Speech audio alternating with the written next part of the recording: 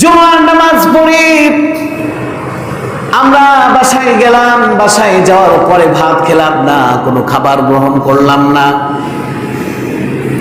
এরপরে রাত্রিবেলায়ও কোনো খাবার গ্রহণ করলাম না, অনাহারে রাত্রি যাপন করলাম।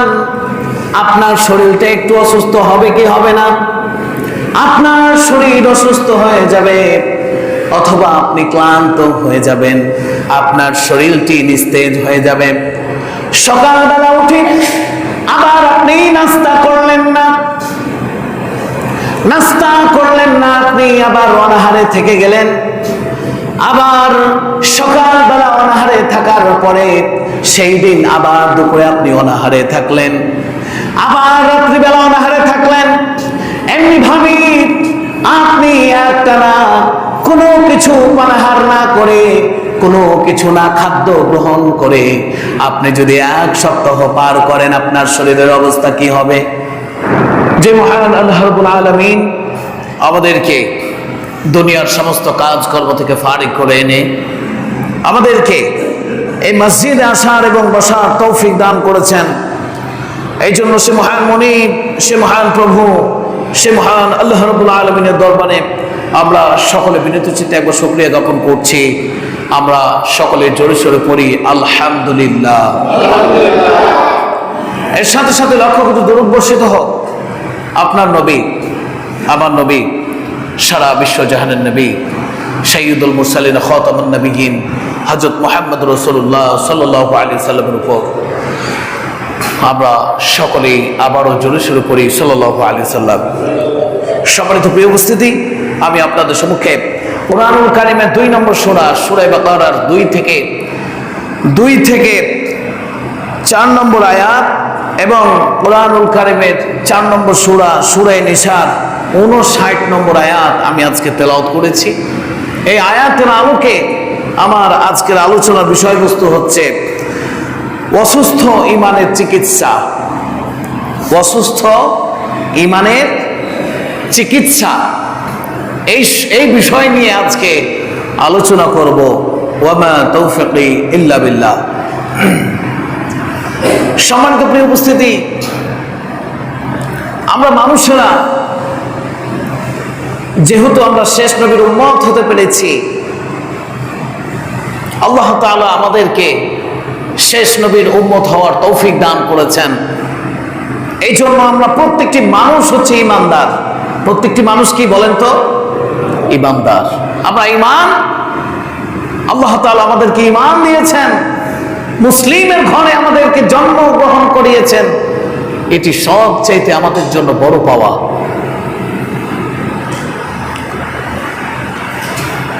তো এই যে ঈমান আল্লাহ তাআলা আমাদেরকে দান করেছেন, আমরা মুসলিম পরিবারে জন্মগ্রহণ করেছি, এই যে ঈমান পেয়েছি, এই ঈমানটা কি আদৌ সুস্থ আছে? আমাদেরকে জানতে হবে আমাদের ঈমান কি আদৌ সুস্থ আছে। আর যদি অসুস্থ হয়, সেই রোগগুলো কি কি কারণে আমরা অসুস্থ, এবং কি কি প্রতিষেধক, কি চিকিৎসা নিলে আপনার ঈমান সুস্থ হবে, আপনার রূহ সুস্থ হবে, আপনার অন্তর সুস্থ হবে, এই বিষয়গুলো আমাদেরকে জানতে হবে। যদি আমরা না জানি, তাহলে আমরা পরিপূর্ণ মুসলমান আমরা হতে পারবো না, কোনোভাবে সম্ভব নয়। সম্মানিত প্রিয় উপস্থিতি, আমাদের যে ঈমান রয়েছে, আমাদের যে রূহ রয়েছে, এই রূহ, এই কলব, এই অন্তর, আমাদের যে রূহ রয়েছে, সেই রূহের তামান্না ভালো দিকে ডাকে। আর আমাদের শরীরের যে চাহিদা, সেই চাহিদা সব সময় কুমন্ত্রণা এবং খারাপের দিকে সব সময় ডাকতে থাকে। আপনার রূহের সঙ্গে যুদ্ধ করে আপনার শরীর যদি জিতে যায়, আপনার শরীর যদি আপনার এই দেহ যদি জিতে যায় তাহলে আপনার ঈমান দুর্বল হয়ে যায়, অর্থাৎ আপনার ঈমানটা মরে যাবে এমন অবস্থা হয়ে যায়। আমাদের দেহ হচ্ছে মাটি থেকে তৈরি, আর এর রূহ আল্লাহ তাআলার ফুৎকার, আল্লাহ তাআলার এক নির্দেশের মাধ্যমে আল্লাহ তাআলা এই রূহকে তৈরি করেছেন। সম্মানিত প্রিয় উপস্থিতি, আল্লাহ রাব্বুল আলামিন আমাদের এই দেহকে মাটি থেকে তৈরি করেছেন। মাটি থেকে তৈরি করার জন্য আমাদের এই দেহর খাদ্য হচ্ছে ভাত, আমাদের এই দেহর খাদ্য হচ্ছে আমাদের এই শরীরের খাদ্য হচ্ছে মাটি থেকে উৎপন্ন করা জিনিস, যেমন ভাত, রুটি, পানি, ফল, সবজি ইত্যাদি দ্বারা আমাদের শরীরের খাবার দেওয়া হয় কি হয় না? আমাদের শরীরকে খাবার দেওয়া হয় কি দিয়ে বলেন তো? আমাদের শরীরকে খাবার দেওয়া হয় ভাতের মাধ্যমে, রুটির মাধ্যমে, পানির মাধ্যমে, ফলের মাধ্যমে, সবজির মাধ্যমে, উদ্ভিদের মাধ্যমে। কারণ আমাদের এই দেহ হচ্ছে মাটি থেকে তৈরি, আর তার খাদ্য হচ্ছে মাটির নির্যাসকৃত যতগুলো উদ্ভিদ জন্ম নেয়, মাটির নির্যাসিত যতগুলো ফলমূল তৈরি হয়, যত খাবার রয়েছে, সেই খাবারগুলো হচ্ছে আমাদের দেহের খাদ্য। সে দেহের খাদ্য হচ্ছে আমাদের এই সব কিছু। আচ্ছা, এখন লক্ষ্য করুন, মাটির দেহ, মাটির খাদ্য যদি না খেতে পায়, কোন মানুষ যদি একদিন না ভাত খায়, এক সন্ধ্যা না ভাত খায়, কোনো খাবার না খায়, সে একটু নরম হবে কি হবে না? ধরেন আজকে জুমার নামাজ পড়ি, আমরা বাসায় গেলাম, বাসায় যাওয়ার পরে ভাত খেলাম না, কোনো খাবার গ্রহণ করলাম না, এরপরে রাত্রিবেলায়ও কোনো খাবার গ্রহণ করলাম না, অনাহারে রাত্রি যাপন করলাম, আপনার শরীরটা একটু অসুস্থ হবে কি হবে না? আপনার শরীর অসুস্থ হয়ে যাবে, অথবা আপনি ক্লান্ত হয়ে যাবেন, আপনার শরীরটি নিস্তেজ হয়ে যাবে। সকালবেলা উঠে আবার আপনি নাস্তা করলেন না, আপনি আবার অনাহারে থেকে গেলেন। আবার সকালবেলা অনাহারে থাকার পরে সেই দিন আবার দুপুরে আপনি অনাহারে থাকলেন, আবার রাত্রিবেলা অনাহারে থাকলেন। এমনি ভাবে আপনি একটানা কোনো কিছু পানাহার না করে, কোনো কিছু না খাদ্য গ্রহণ করে আপনি যদি 1 সপ্তাহ পার করেন, আপনার শরীরের অবস্থা কি হবে? কথা বলেন, কি হবে? শরীর কি ঠিক থাকবে? থাকবে? আপনার আমার শরীর নিস্তেজ হয়ে যাবে, অসুস্থ হয়ে যাবে, আপনার আমার শরীরে কোনো শক্তি থাকবে না। ওই শরীর নিয়ে আপনি কি কোদাল কোপাতে পারবেন? ওই শরীর নিয়ে আপনি কি বাজার ঘাটে যেতে পারবেন? ওই শরীর নিয়ে আপনি কি কোনো ব্যবসা বাণিজ্য করতে পারবেন? ওই শরীর নিয়ে আপনি দুনিয়ার কোনো কাজই করতে পারবেন না। জোরে বলুন ঠিক কিনা? সম্মানিত প্রিয় হাজিরিন, আপনার আমার শরীর 10 দিন না খেলে, 10 দিনের না খাওয়া শরীর, 1 মাসে না খাওয়া শরীর যদি হয়ে যায়, তাহলে আমাদের শরীরের অবস্থা কত দূর পর্যন্ত পৌঁছবে বলেন তো? কত দূর? মৃত্যু পর্যন্ত পৌঁছবে কিনা বলেন? মৃত্যু পর্যন্ত পৌঁছবে না? আপনার শরীর যদি 1 মাস না খেতে পায়, 15 দিন না খেতে পায়, আপনি যদি না খান, তাহলে পারে আপনার শরীর অবশ্যই দুর্বল হয়ে যাবে এবং আপনার শরীর মৃত্যুর দিকে ধাপিত হয়ে যাবে। সম্মানিত প্রিয় হাজিরিন, আর রূহ হচ্ছে, এই শরীর হচ্ছে মাটি থেকে তৈরি, তাই মাটির খাদ্য সে শরীর খায়। আল্লাহ রাব্বুল আলামিন কুরআনুল কারীমের 3 নম্বর সূরা আলে ইমরানের 59 নম্বর আয়াতে আল্লাহ তাআলা বলছেন, খালাকাহু মিন তুরাব বলছেন তিনি মানুষকে সৃষ্টি করেছেন মাটি থেকে। তিনি মানুষকে সৃষ্টি করেছেন কি থেকে বলেন তো? মাটি থেকে। এই জন্য শরীরের খাবার মাটির নির্যাসিত যে খাবার রয়েছে, শেষ খাবারগুলো যদি না খেতে পায় তাহলে শরীর কি হয়ে যাবে? কথা বলেন, অসুস্থ হয়ে যাবে। সুতরাং এখন আমরাকে জানতে হবে রূহ কোথা থেকে তৈরি, রূহকে সৃষ্টি করেছেন, রূহের খাদ্য কি এগুলা জানতে হবে। আত্মার খাদ্য কি, রূহের খাদ্য কি, অঙ্গের খাদ্য কি, এই বিষয়গুলো আমাদেরকে জানতে হবে। আমাদের রূহটি হচ্ছে, রূহের খাদ্য হচ্ছে, রূহের উৎস হচ্ছে আল্লাহ রাব্বুল আলামিন কুরআনুল কারীমের 17 নম্বর সূরা সূরা বনী ইসরাঈলের 85 নম্বর আয়াতে আল্লাহ তাআলা বলছেন, ওয়া ইয়াসআলুনাকা আনির রূহি কুলির রূহু মিন আমরি রাব্বি। আল্লাহ রাব্বুল আলামিন বলছেন, হে নবী, তারা আপনার কাছে রূহ সম্পর্কে জিজ্ঞেস করে, তখন তাদেরকে বলে দিন রূহ হলো আমার প্রভুর আদেশের অন্তর্ভুক্ত। সুবহানাল্লাহ। আল্লাহ তাআলা বলছেন রূহ হচ্ছে আল্লাহ তাআলার একটি হুকুম। আল্লাহ তাআলা কি বলেন? রূহ হচ্ছে আল্লাহর একটা হুকুম, যার জন্ম হচ্ছে ঊর্ধ্বর্ব আকাশে। কোথায়? কথা বলেন, আল্লাহ তাআলা আরশে আজিমে, সে ঊর্ধ্ব আকাশে এই রূহের জন্ম। রূহ হচ্ছে আল্লাহর হুকুম। আর রূহের খাদ্য কি বলেন তো? রূহের খাদ্য কি? ভাত। কথা বলেন, আপনার আমার যে শরীরের আত্মা, এই যে আত্মা আমরা কথা বলি, এই আত্মার খাদ্য কি?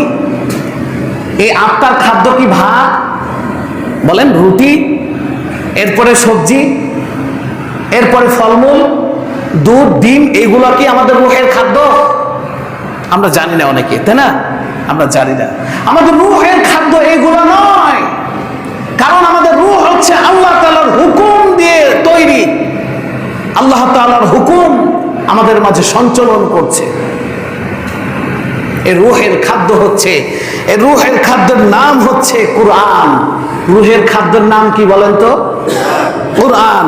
রূহের খাদ্যের নাম হচ্ছে জিকির। রূহের খাদ্যের নাম হচ্ছে নামাজ। রূহের খাদ্যের নাম হচ্ছে ইলম। রূহের খাদ্যের নাম হচ্ছে তাকওয়া। রূহের খাদ্যের নাম হচ্ছে মুত্তাকি। রূহের খাদ্যের নাম হচ্ছে নামাজ, রোজা, হজ, যাকাত ইত্যাদি। এই সব কিছু হচ্ছে রূহের খাদ্য। আচ্ছা, এখন বলুন দেখি, আপনি যে একটি সপ্তাহ ধরে নামাজ পড়েন না, একটি সপ্তাহ ধরে নামাজ পড়েন না, আল্লাহর হুকুম অনুযায়ী আপনার জীবনটিকে পরিচালনা করেন না, একটি মাস আপনি নামাজ পড়েন না, 5 ওয়াক্ত সালাত আদায় করেন না, রমজান মাসে রোজা আপনি পালন করেন না, এরপরে হজের সমর্থ থাকলে হজ করেন না, যাকাতের সমর্থ থাকলে যাকাত দেন না, এমনি ভাবে আপনি যদি দিনের পর দিন, রাতের পর রাত, মাসের পর মাস যদি পার করে দেন, তাহলে আচ্ছা বলুন দেখি, আপনার রূহ যদি খেতে না পায়, আপনার রূহ যদি শক্তি না পায়, আপনার রূহ যদি খেতে না পায়, তাহলে আপনার রূহটা কি জিন্দা থাকবে না মরে যাবে? কথা বলেন, আপনার রূহ, আপনার ঈমান, আপনার অন্তর, আপনার কলব, সেগুলো কি জিন্দা থাকবে? কথা বলেন, না অসুস্থ হয়ে যাবে?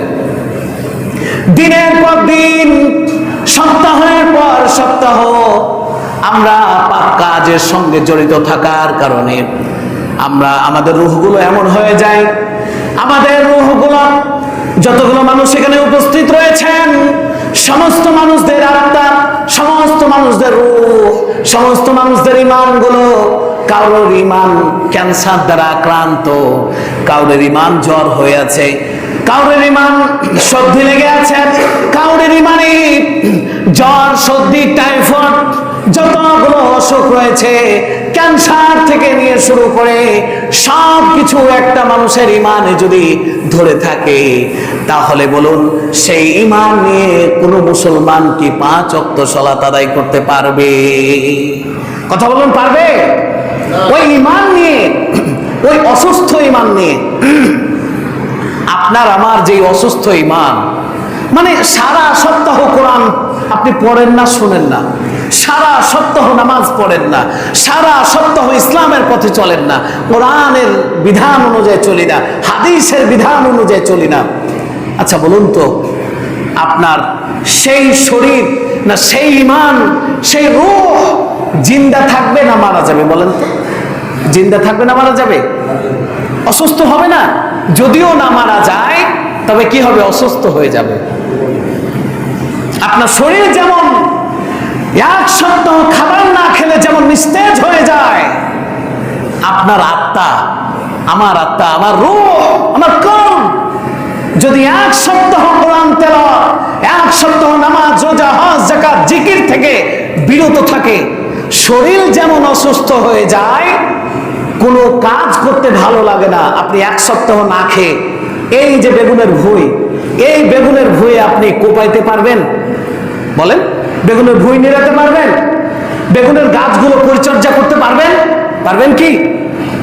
যেমন করে আপনি 1 সপ্তাহ না খেয়ে এই বেগুনের ভুঁয়ে কাজ করতে পারবেন না, ঠিক তেমনি ভাবে 1 সপ্তাহ নামাজ না পড়ে, 1 সপ্তাহ ইসলামের পথে না চলে, 1 সপ্তাহ আল্লাহ তাআলার হুকুম না মেনে, আল্লাহ তাআলার জিকির না করে যদি আপনি চলাফেরা করেন, তাহলে আপনার রূহ ঠিক তেমন করে অসুস্থ হয়ে যায়। আর রূহ যখন অসুস্থ, ইমান যখন অসুস্থ, ইমান যখন দুর্বল হয়ে পড়বে, তখন আপনার কাছে নামাজ আর আপনি ইচ্ছা করলেও পড়তে পারবেন না। তখন আপনি ইচ্ছা করলে আপনার কাছে ভালো কাজ ভালো লাগবে না, খারাপ কাজগুলোই আপনার কাছে ভালো লাগবে। সম্মানিত প্রিয় উপস্থিতি, এই জন্য রুহের খাদ্য আমাদেরকে জানতে হবে। রুহের খাদ্য প্রথম নাম্বার হচ্ছে কোরআন। রুহের খাদ্য কি বলেন? রুহের খাদ্য কি? কোরআন। এই যে আমরা ভাত খাই, এটা খাই শরীর, এটা কে খায় বলেন? শরীর। আমার শরীর ঠিক আছে, অর্থাৎ আমার কোনো অসুখ নাই, হাতে কোনো ব্যথা নেই, পায়ে কোনো ব্যথা নেই, আমার চোখে কোনো সমস্যা নেই, কানেও সমস্যা নেই, এগুলো শরীর ঠিক আছে। কি ঠিক আছে বলেন? শরীর ঠিক আছে। কিন্তু ঈমান যদি ঠিক রাখতে চান, আপনার রূহ যদি ঠিক রাখতে চান, আপনার কলব যদি ঠিক রাখতে চান, আপনার অন্তর যদি ঠিক রাখতে চান, তাহলে আপনাকে প্রতিদিন কোরআন পড়তে হবে। কি পড়তে হবে বলেন তো? কি পড়তে হবে? হুকুম কার? আল্লাহ। আল্লাহ রাব্বুল আলামিন কুরআনুল কারীমের 17 নম্বর সূরা বনী ইসরাঈলের 82 নম্বর আয়াতে আল্লাহ রাব্বুল আলামিন বলছেন, ওয়া নুনাজ্জিলু মিনাল কুরআনি মা হুয়া শিফাউ ওয়া রাহমাতুল লিল মুমিনিন।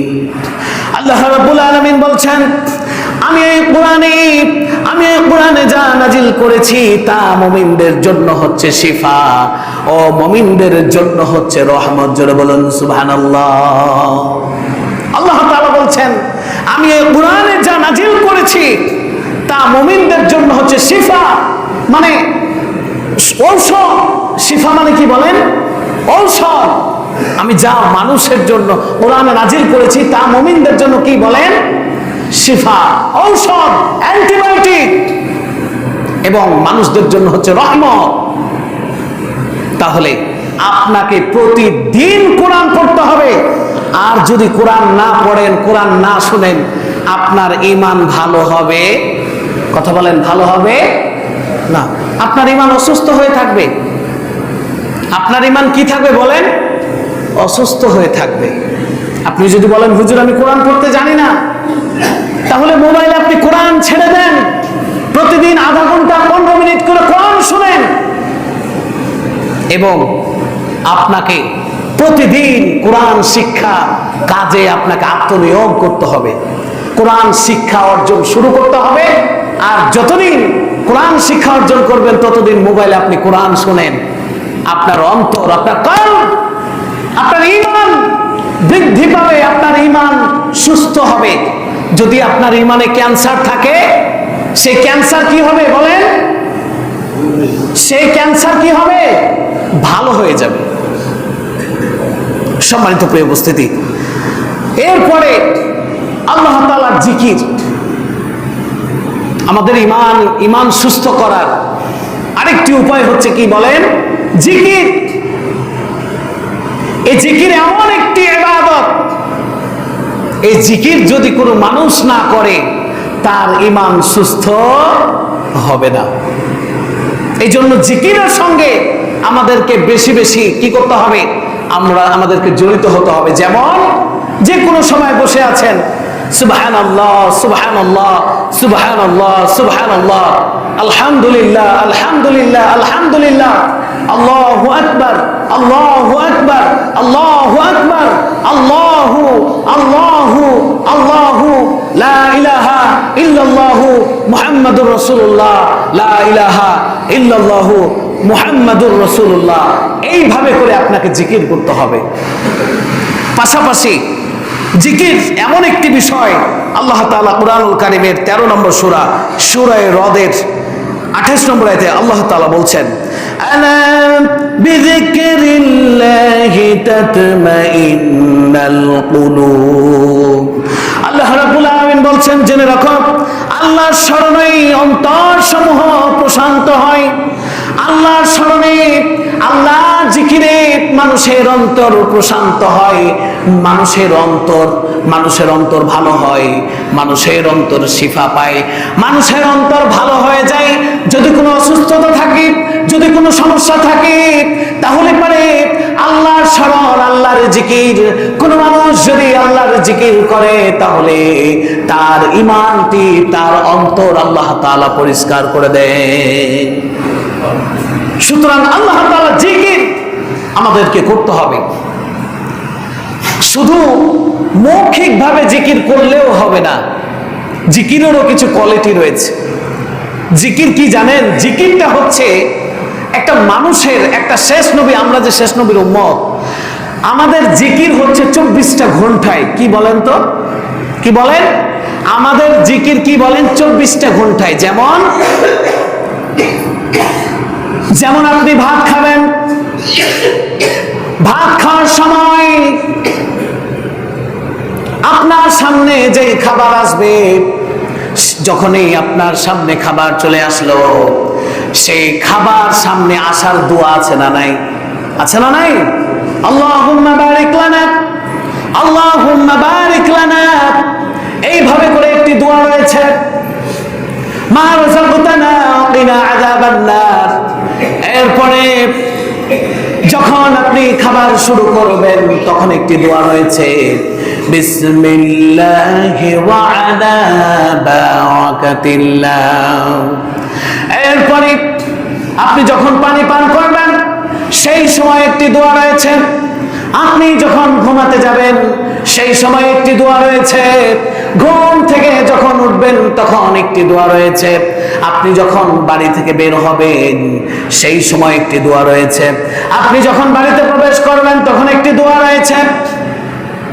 আপনি যখন যানবাহনে চড়বেন সেই সময় একটি দোয়া রয়েছে।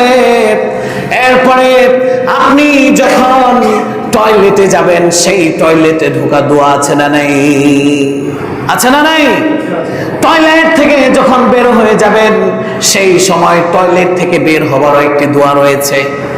কিন্তু দুঃখজনক হলো সত্য কথা, আমরা মুসলমান জাতি, আমরা মুসলিম জাতি, আমরা ইমানদার জাতি, গরু ছাগল প্রসাব করে, তারা কি দোয়া পড়ে? বলেন দোয়া পড়ে? তারাও দোয়া পড়ে না। আমরা মুসলমান, আমরাও প্রসাব পায়খানা করি, কিন্তু দুঃখজনক হলো সত্য কথা, আমরাও কোনো দোয়া কালাম পড়ি না।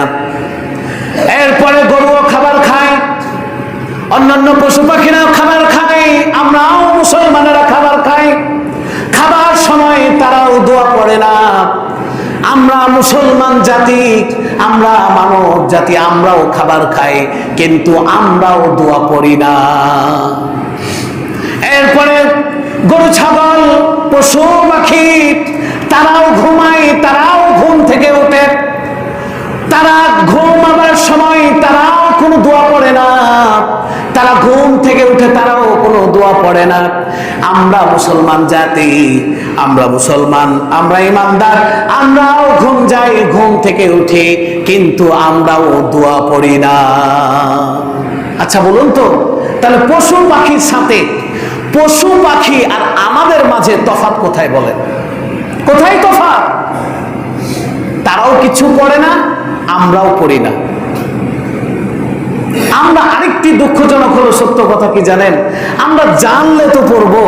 অনেক মানুষ, অনেক ভাইরা এখানে উপস্থিত রয়েছেন যারা দোয়া কালাম আমরা টোটালি জানি না, জানার চেষ্টাও করছি না।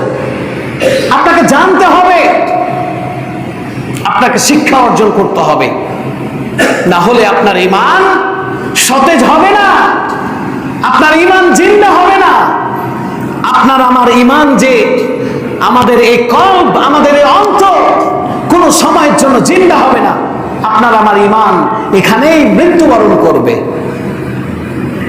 আর আপনার ঈমান যদি মৃত্যুবরণ করে, আপনার ঈমান যদি মারা যায়, আল্লাহ রাব্বুল আলামিন কুরআনুল কারীমের মধ্যে সূরা বাকারার 2 নম্বর সূরা বাকারার 10 নম্বর আয়াতে আল্লাহ তাআলা বলছেন, ফি কুলুবিহিম মারাদুন ফাযাদাহুমুল্লাহু মারাদান ওয়া লাহুম আযাবুন আলীমুম বিমা কানু ইয়াকযিবুন।